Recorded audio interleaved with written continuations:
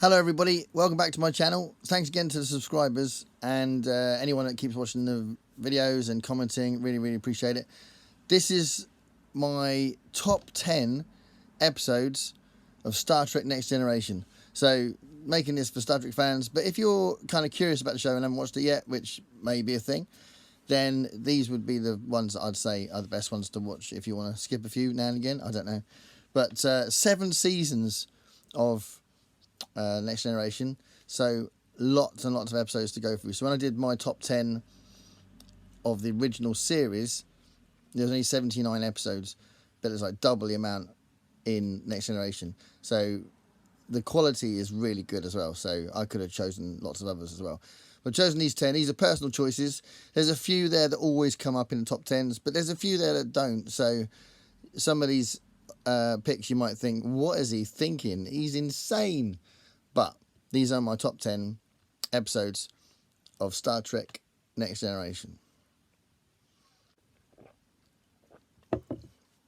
Okay, number 10 is an episode called Gambit. That's a season 7 episode.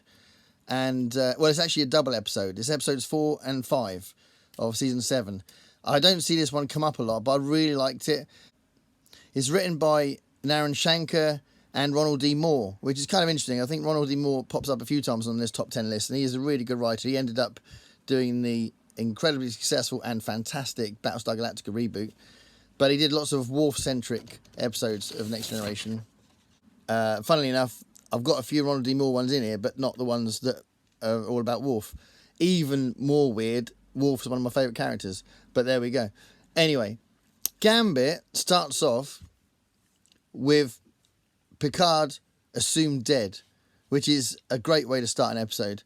So everyone thinks that he's died, and basically Riker looks into how he died. So he kind of starts to investigate a smuggling group, and they have kind of looking into finding some ancient artifacts and Vulcan artifacts, and Data's in charge of the Enterprise while he goes off. And the way that the plot develops, you don't really know what's going to happen next. It's really interesting. And the characters that are these sort of guest, sort of cameo characters are quite interesting as well. These smugglers, and the whole feel of it just felt really different. So sometimes Next Generation just feels like Next Generation. There's lots of episodes that just feel like, yeah, it's a standard Next Generation kind of thing. And I thought that one was quite different. So I really enjoyed it. And then as it plays out, the last bit of part 2, when you find out what this has all been leading to, is really cool, because it leaves an explanation to the sort of thing that Star Trek and other science fiction shows used to be mocked about, which was the idea that everybody was humanoid and looked a little bit human with like a funny thing on their nose or something. And it kind of gives an answer to that, which I think is quite cool. So that's my choice for number 10. My choice for number 9 is from season 5. Episode 9 from season 5, it's called A Matter of Time. And that's actually written by Rick Berman. So Rick Berman was like the lead overseer and one of the head writers of Next Generation. So he was kind of took over from Gene Roddenberry. And the first person Gene Roddenberry kind of got as a new person to work on Next Generation when he started. So he did have DC Fontana and Gene L. Coon with him when it began. But he brought Rick Berman on, and Rick Berman kind of took it forward and also helped to create DS9 as well. But anyway, he wrote this one called Matter of Time, and the guest actor in it that plays a major part in the episode is Matt Frewer. I really like Matt Frewer, so that's a big plus for me anyway. He plays an historian that arrives on the ship out of the blue, just suddenly appears when they're looking into this sort of gaseous cloud, and he basically kind of starts sort of throwing his weight around on the ship, and he insists that he's a historian from the future that's trying to investigate something that happens on the Enterprise. And it's so cool because you don't really know if he's telling the truth. The crew don't really know if he's telling the truth. And it's all a bit mysterious, and it's played brilliantly by Matt Frewer, and it's just a really cool episode where you don't really know where it's leading until the end. So, and, you know, we all love time travel, so Matter of Time is a good one. So that's my choice for episode 9. For number 9 in the top 10. My choice for number 8 is one that you do often see in these lists, which is Conspiracy. So this is probably the best one in season 1. So, ice cream van.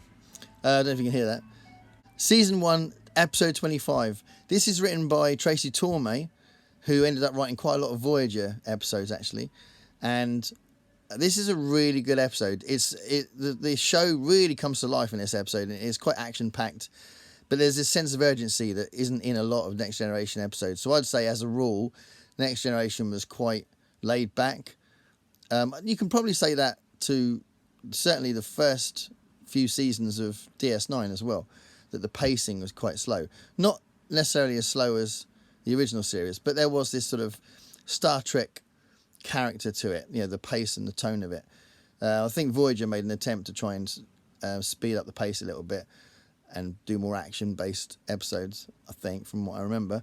But certainly this was a real kind of adrenaline shot for season 1, this one called Conspiracy. So basically, Picard and a few of the other crew are investigating some rumours that Starfleet head offices have been infiltrated by aliens, and they've been taken over, and they need to find out if there's some sort of imposters in Starfleet and running Starfleet as admirals. And it's really good because it ends up, there's a bit of body horror in it. There's lots of sort of shootouts, and it's all very dramatic and awesome. And it's just a bit different. Like I was saying about my choice for number 10, it's just a bit different. So that's a really cool episode. And then my choice for number 7 is, again, very famous, very popular for all the right reasons. It's a double episode again. It's from season 6. It's episode 10 and 11, and it's called Chain of Command. So Chain of Command was written by Ronald D. Moore. Again, his name's cropped up again. Clearly a good writer. But Chain of Command is a really good one because basically this was the episode which was the last one aired before DS9 started. And I've said before how much I love DS9. So this was a way of making the Cardassians this huge villain in Star Trek by making this really good dramatic 2-part episode or 2-part story where Picard and the Next Generation crew have to face off with the Cardassians. And it's really good. And you got genuine peril with Picard being taken by the Cardassians and tortured. And there's a little nod to 1984 in it through his torture. And Patrick Stewart's acting is fantastic. But also David Warner plays one of the Cardassians, and he's one of my favourite actors, and he does a really good job as well. The whole thing is really serious, very mature. It's great science fiction, but also great drama. It's got a political edge to it. Really, really good episode. Number 6 is, again, a little bit different. It's what Star Trek's good at, and it's from season 5. It's episode 2 of season 5, and it's called Darmok. So this is written by Joe Menosky, and this is all about linguistics. This is like a great thing that science fiction does sometimes, where it analyzes or looks into how we communicate and the issues with communication. And it's science fiction so good at that because basically you can create an alien species that doesn't speak any of our languages, and we have to somehow communicate with them. And it's done really well. And this alien species is trying to speak to the humans on the Enterprise, not going very far, and they decide that Picard and the head part of the crew of the alien spaceship are going to land on a planet, deal with having like this sort of mutual problem with this beast that's on the planet, and through that ordeal they'll be able to communicate. And it plays out beautifully, and the actual language that the Next Generation crew have to adopt for the alien species to understand is really interesting. It's very different, and again, very thoughtful, mature science fiction in a what was by then you could see was a really cracking program. So Darmok, season 5, episode 2. That's my choice for number 6. My choice for number 5 is an episode all about the Prime Directive. So this is from season 3. It's episode 4, and it's written by Richard Manning and Hans Beimler, and it's called Who Watches the Watchers. So the Prime Directive is a big part of Star Trek in general, and it's this idea that Starfleet have this rule that you don't interfere with a developing culture or a developing society, because then you're putting your own, you're wading in on something that should be developed naturally by itself. So that's the idea of the Prime Directive. It's a very cool rule, and there's a number of times that Kirk breaks it in the original series, but it's something that is very important to Starfleet.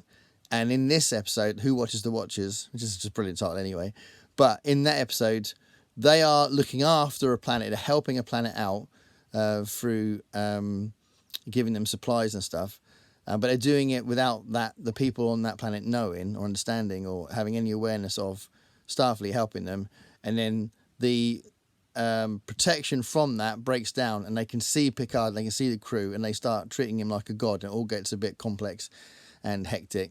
And they at one point are talking about killing Deanna Troi as a sacrifice for Picard, and they have to decide, how they're going to deal with the Prime Directive in that episode. So it's a really, really good episode, and that's my choice for number 5. I think the next 4 are incredibly famous episodes, but episode 4 is All Good Things. So it's the way the entire series of Next Generation ends. It's it's season 7, episodes 25 and 26, written by Brannon Braga and Ronald D. Moore. Brannon Braga ended up writing some really interesting episodes. So if I was going to do a list of, top 25 episodes, there'd be loads of Brannon Braga ones in there. And he wrote loads of really good ones for DS9 as well. He's particularly into sort of cerebral science fiction. I think he liked time travel, and some of the ones, like there's an episode called Schisms, which is very odd, and Brannon Braga wrote that one. So this is a really nice time travel thing, which is a bit of a puzzle. You don't really know where it's going until quite a way into the double-parter episode.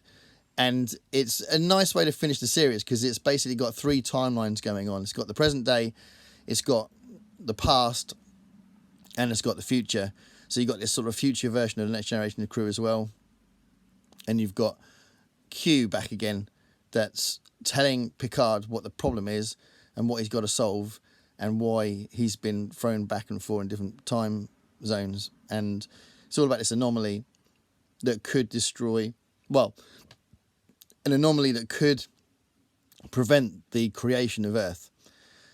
So yeah, it's a big scale thing. It covers a wide area, but also covers a lot of time.